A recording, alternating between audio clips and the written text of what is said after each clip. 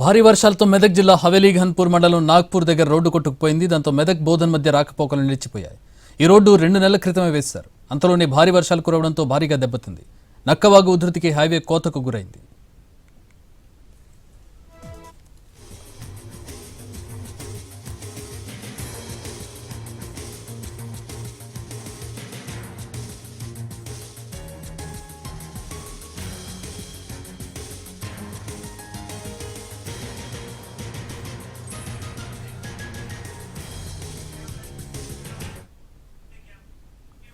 Medak Bodhan highway కొట్టుకుపోయింది.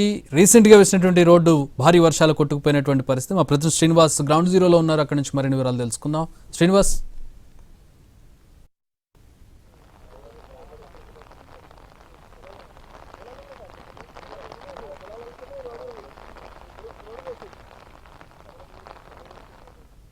Srinivas, go ahead. Medak జిల్లాలో భారీ వర్షం అతలాకుతలం సృష్టించిందనడానికి ఓ చిన్న ఘటన, ఇది కూడా ఓ చిన్న ఉదాహరణగా చెప్పుకోవచ్చు. నేను ప్రస్తుతం మెదక్ జిల్లాకు కూతవేటు దూరంలో ఉన్నటువంటి హవేలీ ఘన్పూర్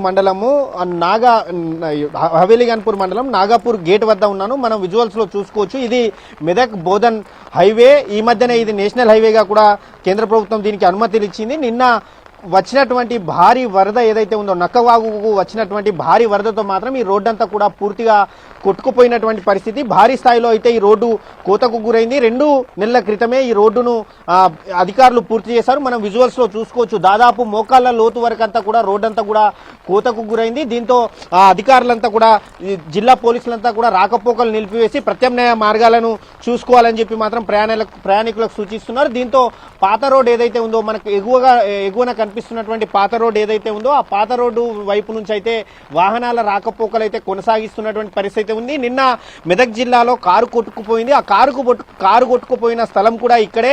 నిన్న మెదక్ జిల్లాలో ఓ వ్యక్తి తన కారులో వస్తూ వరద అంచనా వేయకపోవడంతో మాత్రం ఎదుటి వ్యక్తులు వద్దన్నా కూడా వినకుండా ఇదే రోడ్లో రావడం జరిగింది. దీంతో నిన్న నక్కవాగు ఉధృతి భారీగా ఉండడంతో మాత్రం వారంతా కూడా భారీ వరద ఉధృతికి ఆయన కొట్టుకుపోయి ఆ చెట్లలో చిక్కుకుపోవడం జరిగింది. వెంటనే అక్కడే ఉన్నటువంటి బండరాయి మీద తలదార్చుకోవడంతో వెంటనే కామారెడ్డి జిల్లాకు సంబంధించినటువంటి డిఆర్ఎఫ్ సిబ్బంది అయితే వచ్చి ఆ వ్యక్తిని కాపాడారు. దీంతో ఇక్కడ ఆ వ్యక్తి ప్రాణాలతో బయటపడడంతో మాత్రం అధికారులు ఊపిరి పీల్చుకున్నారు. మనం పక్కన విజువల్స్ లో కూడా చూసుకోవచ్చు. పంట పొలాలన్నీ కూడా పూర్తిగా నేలమట్టమైనటువంటి పరిస్థితి ఉంది.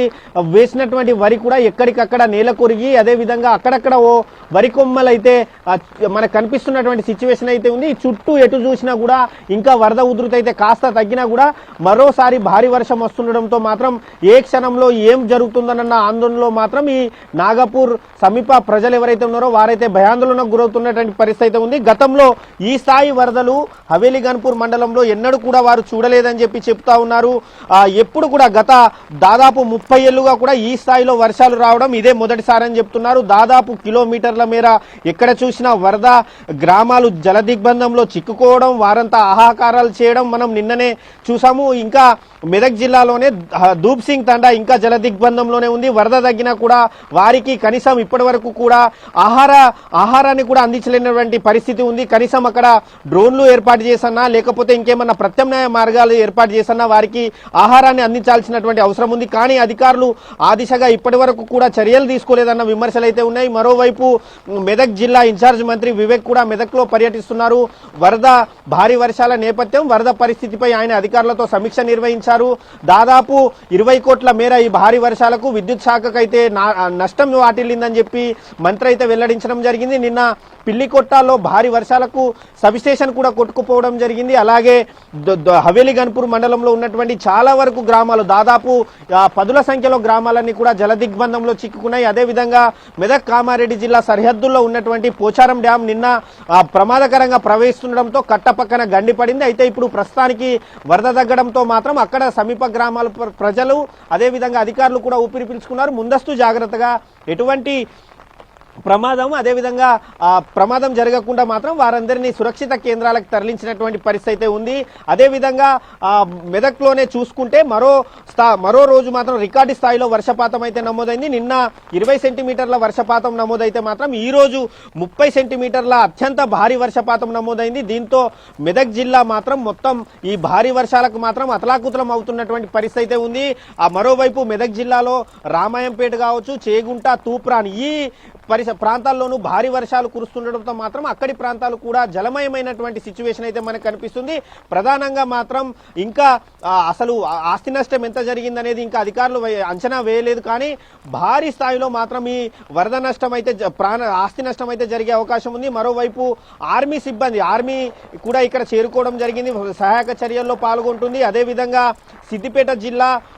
సిద్దిపేట జిల్లాలో ఉన్నటువంటి అక్బర్పేట్, భూంపల్లి, పోతారెడ్డిపేటలో రైతులు చిక్కుకున్నటువంటి వారిని ముగ్గురిని కాసేపటి క్రితమే అక్కడ రైతులు కూడా వారిని ఎస్డీఆర్ఎఫ్ సిబ్బంది కాపాడారు. నిన్న పొలం పనులకు వెళ్ళినటువంటి రైతులు ఒక్కసారిగా కూడా అక్కడ ఉన్నటువంటి పెద్దవాగు పొంగడంతో వారంతా కూడా అటువైపే చిక్కుకున్నారు. దీంతో వారు వెంటనే తమ కుటుంబ సభ్యులకు ఫోన్ చేసి విషయం తెలియజేయడంతో కుటుంబ సభ్యులు పోలీసులకు సమాచారం అందించారు. నిన్న సిద్దిపేట సిపి అనురాధ అర్ధరాత్రి వరకు అక్కడే ఉండి పరిస్థితిని సమీక్షించడం జరిగింది. వరదల్లో చిక్కుకున్నటువంటి సుదర్శన్, గోపాల్, రాజు అనే ముగ్గురు రైతులకు ఆమె భరోసానిచ్చి మీరు రాత్రంతా ఆ వరదకు కొద్దిగా దూరంగా ఉండాలని చెప్పడంతో ఆ వాగు పక్కన ఉన్నటువంటి ఒడ్డునే వారు రాత్రంతా కూడా జాగారం చేశారు. దీంతో ఉదయాన్నే వచ్చినటువంటి ఎస్డీఆర్ఎఫ్ సిబ్బంది వారిని బోట్లు ఏర్పాటు చేసి అక్కడ నుంచి వారిని సురక్షిత కేంద్రాలకైతే తీసుకొచ్చారు. దీంతో అక్కడ కాసేపు భావోద్వేగమైనటువంటి వాతావరణం అయితే నెలకొంది. తాము ప్రాణాలతో తిరిగి వస్తామని అనుకోలేదని చెప్పి ఆ బాధితులు చెప్తున్నటువంటి ఆ మాటలు చూస్తే మాత్రం ఆ కుటుంబ సభ్యులు కన్నిటి పర్యంతమయ్యారు.